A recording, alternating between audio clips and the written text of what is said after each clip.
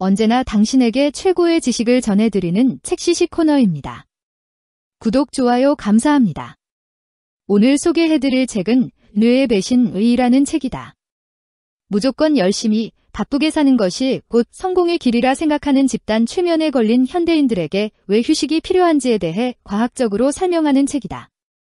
우리는 고도로 발전된 현대사회를 살아가고 있지만 아직도 노동환경은 그리 나아지지 않았다.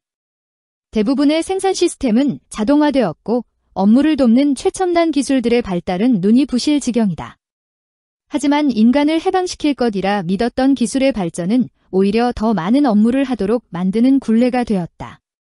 언제 어디서나 업무를 이어갈 수 있게 된 우리의 삶은 아무 생각도 없이, 걱정 없이 멍하니 앉아있는 소중한 습관도 빼앗기게 되었다. 스웨덴의 신예 뇌과학자인 앤드류 스마트가 일중독자들로 가득 찬 세상을 비판하며 일하지 않는 무의의 행동이 왜 나태하고 게으른 자의 시간 낭비라는 오명을 쓰게 되었는지에 대해 역사적 사실을 통해 추적한다. 그가 게으름을 찬양하는 이유 또한 무척이나 과학적이다. 저자는 뇌과학계에서 화두가 되고 있는 아무것도 하고 있지 않는 뇌의 기저 상태인 디폴트 모드 네트워크를 내세워 설명한다. 불필요한 정보가 제거되고 기억이 축적되는 이 상태가 집중력과 창의력을 향상시키기 때문에 일을 수행할 때에나 성과를 내고 싶다면 꼭 이런 휴식이 필요하다는 것을 강조한다. 저자 소개. 저자 앤드류 스마트. 인간의 신체나 지각, 기억과 스트레스 등 여러 특성이 산업 장면에 어떻게 관련되는지에 대해 연구하는 인간 요인 과학자다.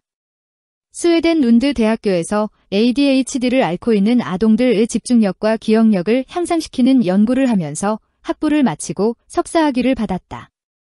뉴욕대학에서 연구원으로 활동하면서 언어를 관장하는 신경기저 실험을 바탕으로 뇌영상화 자료를 분석하기도 했다. 최근에는 암이나 뇌졸중 환자들의 인지 능력에 대한 연구를 활발하게 하고 있다. 뇌의 배신은 그의 첫 책이다. 책 속으로. 사람이 아무 일도 하지 않을 때 두뇌에서 일어나는 활동을 연구실에서 신경과학적으로 연구하는 것은 의외로 간단하다. 사실 이 놀라운 활동은 두뇌 영상 촬영 피험자들이 영상 촬영 기기 안에 누워서 공상할 때 과학자들이 우연히 관찰하게 된 것이다. 이 책에서 다루려는 한가한 상태는 이처럼 실험실에 누워서 공상하는 상태뿐만이 아니다. 일과 시간에 남이 부여한 일정을 처리하지 않고 정말로 아무 일도 하지 않는 상태, 바쁘지 않을 때 의식이 수면 위로 떠오르는 생각 사이에서 정신이 방황하도록 내버려두는 상태도 포함한다. 예술적, 과학적 통찰이든 감정적 혹은 사회적 통찰이든 진정한 통찰은 이처럼 극히 드문 한가로운 상태에서만 일어날 수 있다. 17세기 프랑스 철학자이자 수학자 르네 데카르트는 평소 늦게 일어나는 습관 때문에 침대에 누워 천장에 붙은 파리를 보다가 X축과 Y축으로 구성된 좌표 시스템을 구상했다는 전설이 있다. 이는 가장 위대한 과학 진보의 순간과 가장 위대한 예술 작품들이 학자와 예술가들의 끈질기고 고된 노동의 결과가 아닐 수도 있다는 것을 보여준다.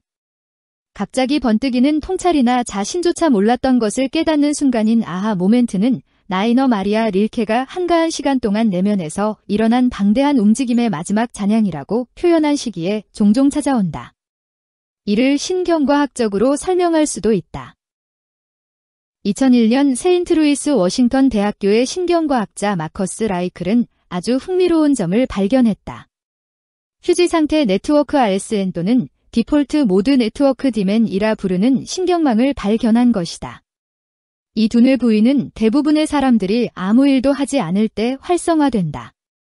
마커스 라이클은 자기 공명 영상, MRI 기기 속에 누운 피험자들이 문제풀이에 몰두할 때 특정 두뇌 부위의 활동이 오히려 감소한다는 사실을 발견했다. 이는 놀라운 발견이었다.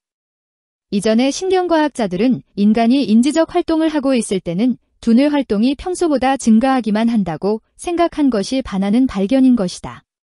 마커스 라이클은 피험자들이 인지과제를 수행하지 않을 때의 두뇌를 관찰했다.